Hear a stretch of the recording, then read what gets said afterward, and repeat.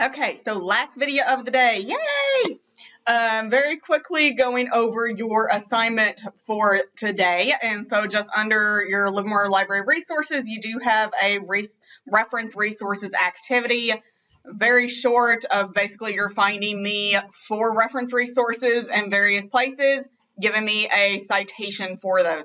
Number 2 is to do an image search in Credo, and I did forget to explain that. So when you're searching within Credo, it defaults to coming up with articles, but you can change that to images.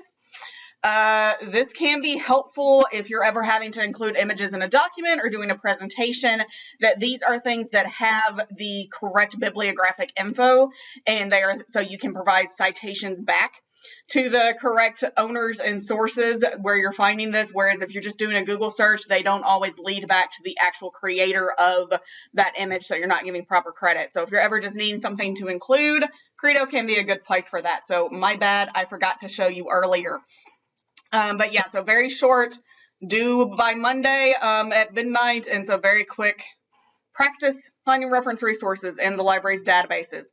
Additionally, want to mention your final project. So one of the source types you have to find in your final project is a reference resource. This can be a book we physically have in the building, an ebook that we have, or anything coming out of those Credo or Sage or Oxford English dictionaries or the other type of library databases we have for reference sources.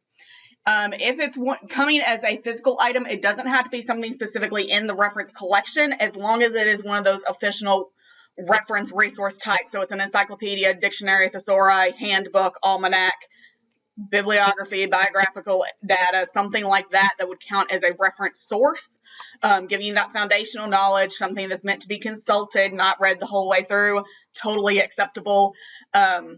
So if you have questions on finding those for your final project, do let me know. I will encourage you again, now that you have instructions on how to find books and how to find reference resources, go ahead and start on your final project, especially if you have had your topic approved. If you haven't had your topic approved, submit that topic development so I can approve it.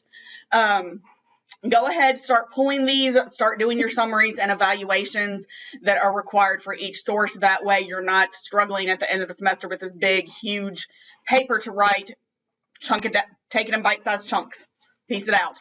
So if you have questions, don't hesitate to reach out again. Thank you.